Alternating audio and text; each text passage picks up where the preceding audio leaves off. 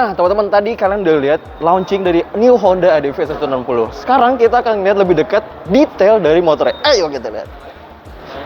Ini dia teman-teman. Jadi ini ada dua versi, ada yang ABS dan yang CBS. Ini kita lihat yang ABS dulu ya. Sini, kita lihat lebih dekat lagi. Di bodinya sekarang bisa dilihat, ini lekukannya lebih gendut, cuma sininya lebih flat ya teman-teman.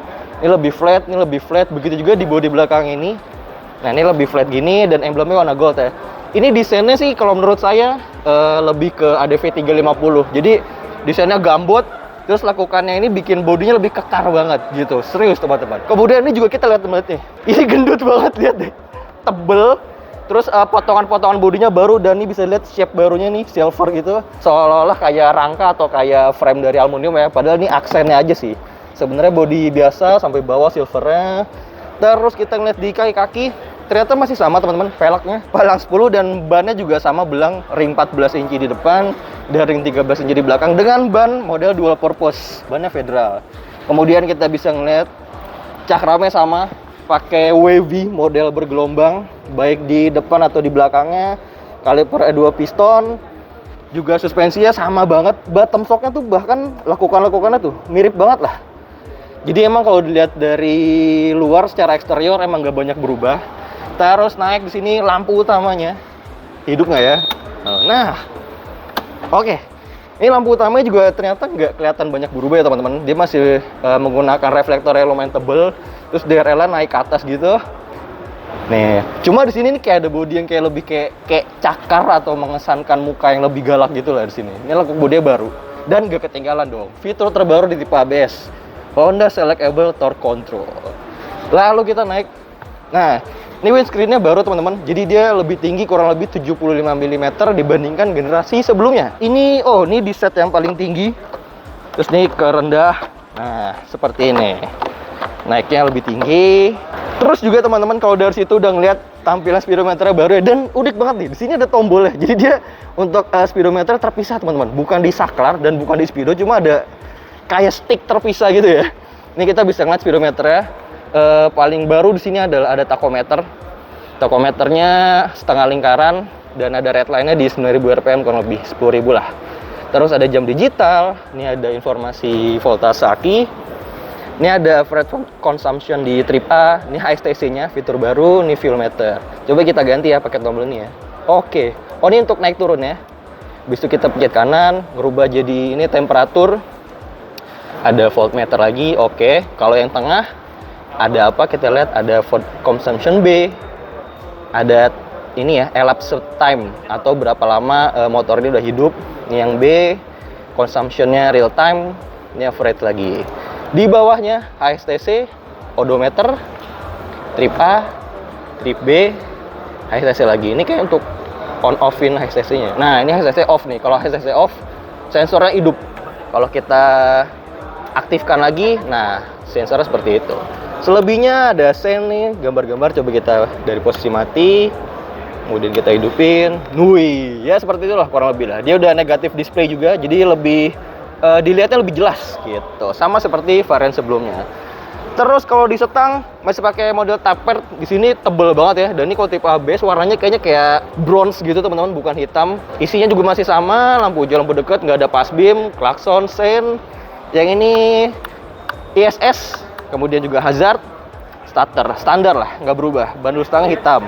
Sekarang kita ngeliat joknya, desain joknya sebenarnya mirip kayak yang sebelumnya ya. Dia juga model elevasinya lumayan tinggi dari pengendara dengan pembonceng. Kulit joknya juga mirip, cuman joknya ini sekarang lebih rendah. Jadi untuk pengendara di bawah 170 cm akan lebih mudah naik di ADV ini, akan lebih napak lah.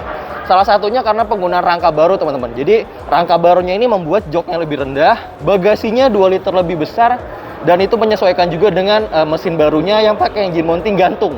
Jadi udah nggak pakai jembatan lagi, karena kan dia mesinnya sharing platform dengan PCX 160 dan Varus 160. Kita lihat isi bagasinya ya. Bagasinya, nah, kalau dilihat lebih leganya tuh kayak lebih kerasa banget teman-teman. Di sini kayak lebih lega gitu, lebih lowong. Buat helm nih juga harusnya bisa helmnya. Jadi di sini full face, di sini kayaknya half face cukup lah. Half face yang nggak terlalu besar shell tempurungnya ya. Ini oke banget. Dan sini masih ada gantungan buat helm. Dan ini ada per. Jadi untuk menahan joknya biar gak gampang nutup ya. Coba kita ini. Walaupun harus sedikit dicungkil. Cungkil dulu. Nah, baru dia bisa kebuka gitu. Yang baru juga ada ini teman-teman, power outlet. Jadi power outletnya udah model USB Type A di sebelah kiri sini. Nah, ini dia USB Type A. Jadi lebih mudah karena tanpa pakai konektor tambahan ya. Tinggal langsung colok kabel aja.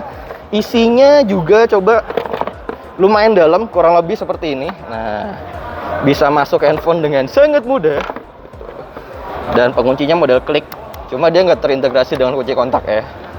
Seperti itu. Kemudian apalagi yang baru kita lihat ya. Bodi belakang tadi udah dijelasin agak lebih gambot. Terus knalpot silencernya masih mirip-mirip teman-teman. Dilengkapi juga dengan cover di sini biar nggak gampang kena kaki. Kemudian suspensi belakangnya pakai subtank suspension berlabel Showa, warnanya emas. Dan secara fisik sih mirip ya, nggak banyak berubah ya. Cuma kita belum tahu nih tinggi suspensinya berbeda apa enggak sama tipe sebelumnya. Kemudian belakangnya udah pasti disc brake, bannya ring 13 belakang masih sama. Lampu belakangnya juga sama. Nah, lampu belakangnya juga sama, khas banget si aksen lampu model X-nya ini ya. Khasnya ADV banget, lampu remnya. Nah, sama banget ya, nggak banyak berubah. Sennya juga sama. Udah LED, spatbornya nih desainnya kayaknya agak berubah nih teman. Di sini kayak lekukannya tuh kayak lebih tegas, lebih tajam dan lebih berkarakter lah. Kemudian yang baru juga ini dong, tentu aja mesin barunya 160 cc, 4 katup, dan ini emang dia dibuat mirip banget sama PCX 160. Klaim tenaganya, klaim bahan bakar ini sama banget teman-teman.